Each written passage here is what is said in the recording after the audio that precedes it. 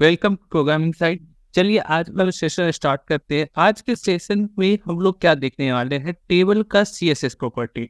Table से related जो CSS के अंदर क्या क्या प्रॉपर्टी आते हैं एंड उसके उसका क्या क्या आपको वैल्यू मिलेगा, कौन कौन से प्रॉपर्टी होंगे, उस प्रॉपर्टी का क्या क्या वैल्यू होगा, उसका प्रॉपर क्या क्या यूज होगा, इन सब चीज़ों को हम लोग देखने वाले हैं। तो जैसे कि इसमें सबसे पहले मेरे पास एक प्रॉपर्टी आता है border clash. Border clash property क्या कर रहा है कि आपका जो बॉर्डर होगा ना, वो जो डबल बॉर्डर आता है उसको ये क्या कर सकता है, सिंगल कर सकता है या फिर सेपरेट कर सकता है। तो कैसे करेगा, तो इसके लिए हमें क्या करना चाहिए कि अपने प्रोजेक्ट के ऊपर आना चाहिए। प्रोजेक्ट को अपने जो फ्रंट एंड डेवलपमेंट जैन 2024 के नाम से जो फोल्डर बना है उस पर कंट्रोल शिफ्ट एन कीजिए और यहाँ पे क्या करना है आपको, आज कितना तारीख हो गया, 11 अप्रैल हो गया। अप्रैल के नाम से एक फोल्डर बनाइए और इस पर फोल्डर का नाम दे दीजिए। क्या नाम दे दीजिए आप लोग, 2024 हो गया और इसका नाम दे दीजिए टेबल प्रॉपर्टी। ठीक है, इसको इंटर करते हैं। जैसे इंटर करेंगे इसके अंदर 3 फोल्डर, सबसे पहला तो एक असिस्ट नाम से फोल्डर हम लोग बनाएंगे। फिर इसके अंदर भी 3 folder, JS control shift N, CSS control shift N, IMG और एक चौथा फोल्डर। 4 फोल्डर बना देते हैं फॉन्ट्स के नाम से। इंटर बैक होते हैं। अब यहाँ पे खाली जगह पे राइट क्लिक, तो मोर ऑप्शंस और इसके अंदर जाने के बाद हम लोग ओपन विथ कोड पर क्लिक करेंगे। जैसे ओपन विथ कोड पर क्लिक करते हैं क्या होगा, हाँ पूरा का पूरा फोल्डर ओपन होके आएगा। Yes I trust the author. इसके ऊपर हम लोग क्या करेंगे, न्यू फाइल सील करते हैं index.html। ठीक है, एक HTML फाइल को बनाएंगे। यहाँ पे हम लोग क्या करने वाले, जैसे मेरा HTML फाइल बनेगा शिफ्ट के साथ 1 प्रेस करते हैं, आ गया। और यहाँ पे हम लोग क्या लिखने वाले हैं, टेबल प्रॉपर्टी। जो चीजें आज हम लोग पढ़ने वाले, जैसे टेबल प्रॉपर्टी को हम लोग लिखते हैं तो इसके जस्ट नीचे लिंक रीड इक्वल टू और डॉट स्लैश असिस्ट के अंदर CSS के अंदर रिटर्न डॉट CSS। अब देखो आप लोग कहोगे सर CSS के अंदर तो हमने कोई फाइल बनाया है नहीं स्टैंडर्ड CSS, तो क्या करेंगे, हाथ से डायरेक्टली बना सकते हैं कैसे, तो कंट्रोल के साथ इस पर जैसे क्लिक करेंगे तो ये जाता है उस फाइल को ओपन करने उस लोकेशन पर और देख रहा है कि उस लोकेशन पे तो फाइल है ही नहीं। The editor could not be open because the file was not found. File तो वहाँ पे पाया ही नहीं जा रहा। तो ऐसे में क्या करेंगे, क्रिएट कर दे, क्रिएट फाइल पे क्लिक करेंगे, फाइल बन गया। जैसे ही बना यहाँ पे क्या करना है, स्टार सेलेक्ट कर लेना है, M0 डाल लेना है, P0 डाल देना है और BX box size border box डाल देना है। इतना तो सबको पता है। इट मीन्स हमारा CSS कनेक्ट हो गया।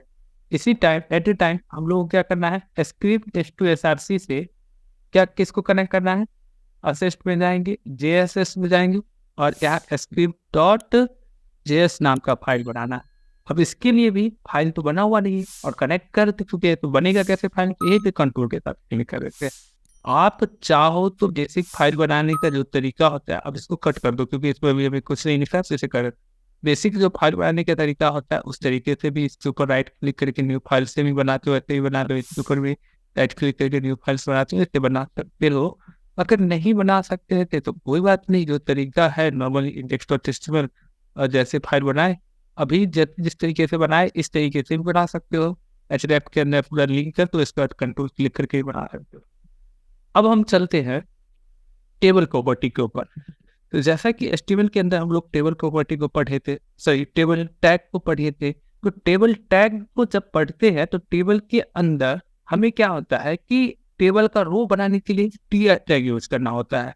और TR टैग के अंदर किसी भी टेबल का हेडिंग बना रहे होते हैं तो उसके अंदर TH मल्टीपल TH लिखना होता है।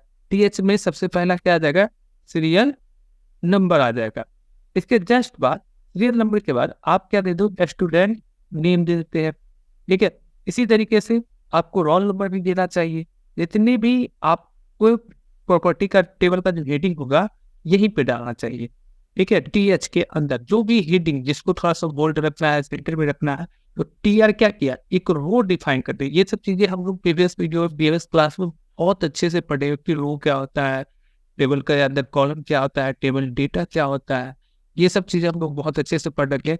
तो यहाँ पे बस हमको सिंपली सब्जेक्ट का नेम दे दो, मैथ, उसके अलावा फिजिक्स, उसके अलावा क्या आ जाएगा, केमिस्ट्री आ जाएगा, इसके अलावा आपका कौन सा आ गया, इंग्लिश आ गया एंड हिंदी आ जाएगा, और एक फोर्थ सब्जेक्ट तो आता रहेगा बायो भी आ गया।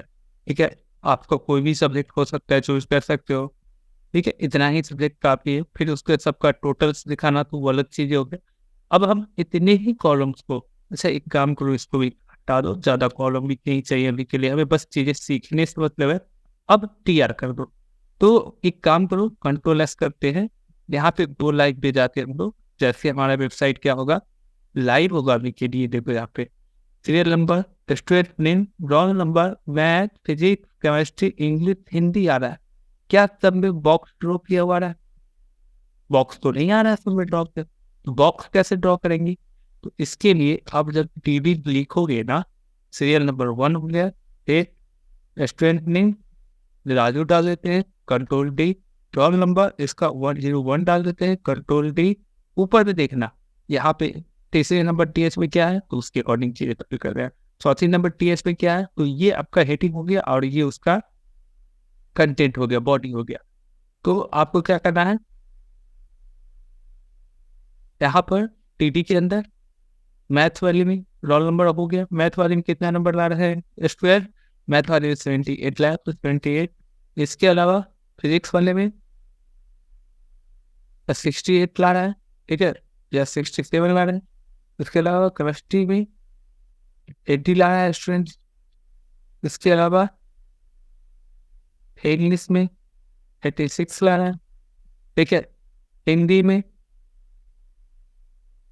75 ला रहा है। चलो इस तरीके से बन गया मेरा। तो ये देखिए कुछ तो आ गया। अच्छा, यहाँ पे बॉर्डर के लिए एक काम हम किया, टेबल में बॉर्डर प्रॉपर्टी अप्लाई कर देना है। बस बॉर्डर लिख देना है, बॉर्डर का वैल्यू आप चाहो तो 1 2 3 कुछ भी डाल सकते हो, तो वो डाल देते हैं। थोड़ा सा बॉर्डर क्या हो, ये आउटर बॉर्डर तो चलो, बॉर्डर के बाहर बॉर्डर वो थोड़ा सा मोटा दिखेगा, देख रहे हो ना। तो बॉर्डर के आउटर पे इंटरनली देखो कि सारे बॉक्स एक दूसरे से अलग है। ठीक है, सारे बॉक्स क्या है, एक दूसरे से अलग है। ये थोड़ा अच्छे से कब पता चलेगा, जब इसके अंदर विड्थ प्रॉपर्टी का यूज करोगे। विड्थ इक्वल टू हम क्या करते हैं, 400 पिक्सल का देते हैं। थोड़ा सा डिस्टेंस तो बढ़ा ले, 400 पिक्सल बता दे तो ये आया, फिक्स कर देते तो भी नहीं है। हाँ आ गया, वेट से तो 400 लग रहा है, जितना ये आ रहा है तो उतना ही था। ये चीज ये पता नहीं सही बात है, 400 एक्चुअल साइज इसका 400 पिक्सल का नहीं था। हम देखो 600 कर दिए, तब भी आपको नहीं ज्यादा पता चल रहा है। लेकिन अब हाइट भी देखो उसको, हाइट इक्वल टू 250 पिक्सल से, और 250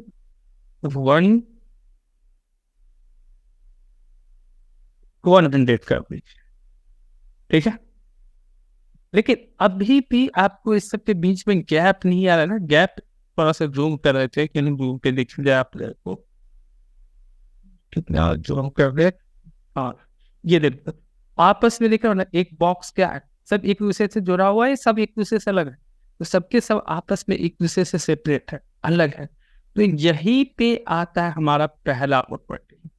पहला जो CSS का प्रॉपर्टी हम लोग यहाँ पे देखे हैं, कौन सा प्रॉपर्टी था हमारा, टेबल का, टेबल के अंदर border collapse is to separate, border collapse is to collapse. तो ये देखो बॉर्डर कोलैप्स बाय डिफॉल्ट क्या रहता है, सेपरेट रहता है। ठीक है, अगर हम CSS में जाएं और ये टेबल है, टेबल का वैल्यू हम सीधा यहाँ से डाल देते हैं। टेबल आके टेबल एज सिलेक्टर हम यूज करते हैं यहाँ पे, और इसमें लिख देते हैं border, sorry border dash collapse का वैल्यू सेपरेट। क्या कोई चेंजिंग देखने को मिलेगा?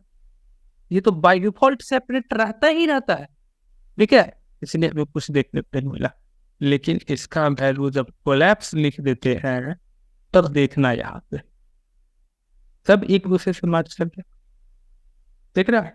तो आप लोग पहले स्टार्टिंग में प्रोजेक्ट बनाए थे, उसमें भी देखते थे बॉर्डर के अंदर क्या होता था, इसी तरीके से लाइनिंग, सेपरेट वाला लाइनिंग नहीं आता था, कोलैप्स वाला ही लाइनिंग आता था। तो हम लोग को बॉर्डर कोलैप्स का वैल्यू कोलैप्स यूज करना चाहिए मोस्ट ऑफ द टाइम। ठीक है, जब भी कोई वर्क करोगे, किसी प्रोजेक्ट में जाके वर्क करोगे, और ये जो हम लोग विड्थ डालेंगे खुद से यहाँ पर, ठीक है, यहाँ पर जो विड्थ हाइट ये सब डाले, यहाँ ना डाल करके अब यहाँ लिख, इसके अंदर लिखना विड्थ है इसको इतना पिक्सल, हाइट है इसको इतना पिक्सल, यहाँ नहीं लिखना है। ये बॉर्डर हम यहाँ पे प्रॉपर्टी यूज किए हैं, ठीक है, तो ये बॉर्डर की अब यहाँ मत लिखना आपको, ठीक है। ठीक है, अब अगर सर यहाँ नहीं लिखेगा तो बॉर्डर तो आया ही नहीं, यहाँ लिख दो बॉर्डर इज टू वर्ड। अच्छा, ये बॉर्डर तो हमको डालना ही पड़ेगा, कुछ भी वैल्यू डालो या ना डालो, ये केवल बॉर्डर आपको लिखना ही पड़ेगा, ठीक है। अच्छा, ये रेंज क्यों है, क्योंकि अब इसको डिप्लीकेट कर दिया गया, डिप्लीकेट मतलब अब इसको हटा दिया यूज से, ठीक है। इसके लिए पे कहा जाता है कि CSS का नहीं यूज किया गया, तो ठीक है, यहाँ तक किसी को कोई प्रॉब्लम नहीं होता। बॉर्डर क्लैप सबके सब समझ गए इजीली, बॉर्डर क्लैप्स में किसी को कोई प्रॉब्लम नहीं।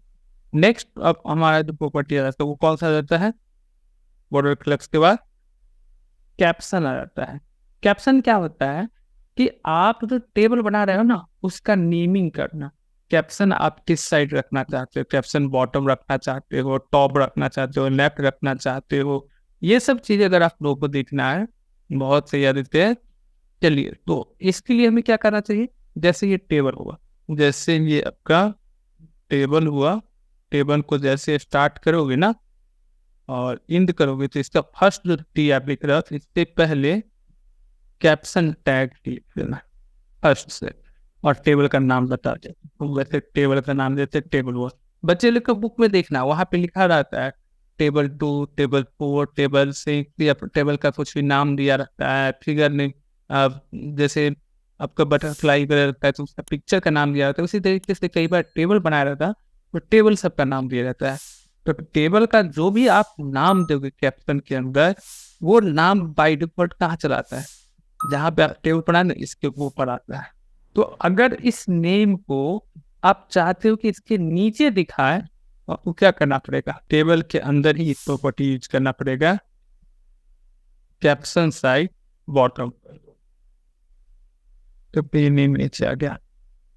अगर इसको लेफ्ट ले जाना है तो कैप्शन साइड क्या कर दोगे, लेफ्ट कर दो।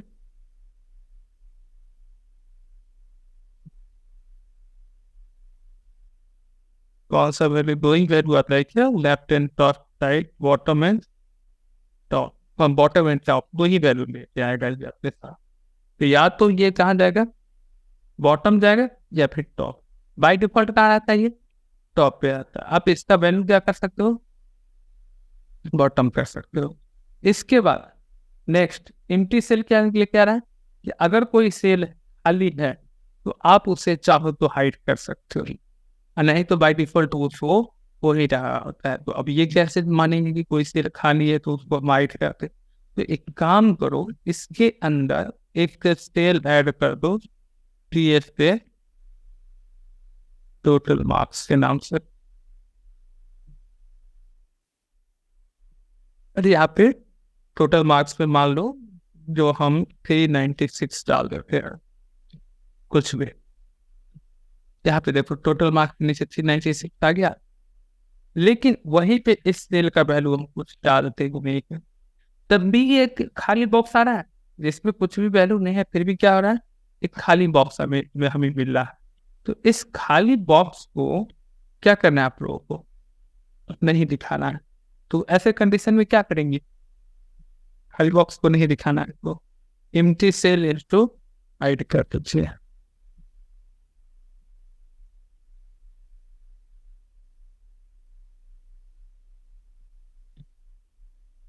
डिफॉल्ट तो शो हो ही रहा है, अब हाइड कर रहा है तो दिखाए भी नहीं।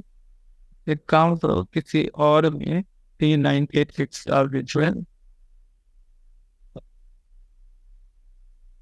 बेसिकली इस दोनों को मर्ज कर देना चाहिए था इम्प्लिसिट हो रहा है तो। अच्छा, ये काउंट कब करेगा पता है? जब यहाँ पे बॉर्डर कोलैप्स का वैल्यू आप लोगों का सेपरेट होगा तब जाके काउंट करेगा। ये बहुत ही कम यूज में दिया जाता है। अभी देखो, जब तक शो है तब तक ये भी एक बॉक्स दिख रहा है, लेकिन अगर इसको हम हाइड कर दें, ठीक है ना, खाली वाले के लिए भी दिख रहा था, तो देखो इसका बॉक्स है क्या, तो ये कब काम करता है? ये बॉक्स को पूरा हाइड ही कर देता है। नाम से जैसा है वैसा ही क्लियरली है कि जो खाली से होगा उसको हाइड करेगा, लेकिन कब हाइड करेगा? तो वहीं पे इस क्वेश्चन का आंसर आता है कि जब आपका बॉर्डर कोलैप्स का वैल्यू क्या हो, सेपरेट हो, जो बाय डिफॉल्ट रहता है, तभी ये हाइड करेगा। अदरवाइज बॉर्डर कोलैप्स का वैल्यू अगर कोलैप्स है तो ऐसे कंडीशन में वो हाइड नहीं कर सकता है। इसके बाद नेक्स्ट क्या आता है?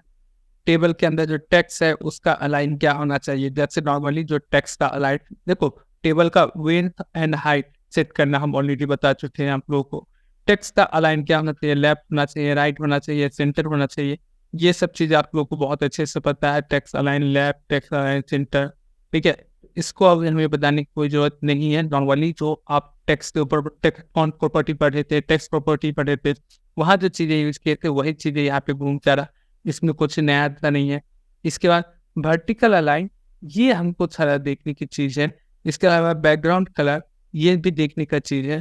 तो बैकग्राउंड कलर, वर्टिकल अलाइन को हम लोग जरूर देखेंगे। अभी तो सबसे पहले हम लोग चलते हैं यहाँ पर वर्टिकल अलाइन को समझने के लिए। सबसे पहले इसको समझिए कि अभी मेरा टेक्स्ट क्या है। यहाँ पे देखिए, लेफ्ट राइट से, लेफ्ट एंड राइट से सेंटर है, टॉप एंड बॉटम से भी सेंटर है, ऊपर नीचे से सेंटर है, तो इसको वर्टिकल अलाइन, और लेफ्ट राइट वाले को इसको हॉरिजॉन्टल अलाइन कहेंगे। लेकिन वहीं पे ये सब टेक्स्ट क्या है? लेफ्ट राइट से लेफ्ट है, यानी हॉरिजॉन्टल अलाइन क्या है इसका? लेफ्ट है। तो हॉरिजॉन्टल का अलाइनमेंट चेंज करना हो तो आप नॉर्मली टेक्स्ट अलाइन लिखिए, और टेक्स्ट अलाइन क्या कर दीजिए? सेंटर कर दीजिए। देखिए सारा टेक्स्ट अपने अपने बॉक्स के बीचों बीच चला गया, लेकिन बीचों बीच होते हुए ऊपर हो तो क्या कर दीजिए? Vertical align. ये अपने आप में ऊपर चला जाना चाहिए। अच्छा, वर्टिकल अलाइन कब काम करेगा पता है? टेबल प्रॉपर्टी के ऊपर वर्क नहीं करेगा वर्टिकल अलाइन। टेबल के अंदर ये बताना पड़ेगा जो टीडी प्रॉपर्टी है उस पर वर्टिकल अलाइन काम करेगा, टीएच पे भी नहीं, टीडी पर वर्टिकल अलाइन काम करेगा। क्या कर दो आ गया?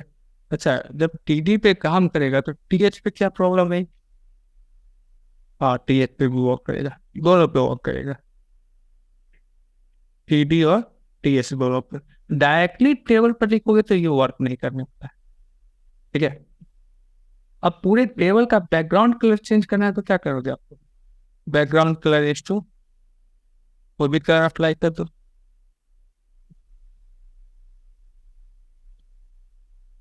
देखो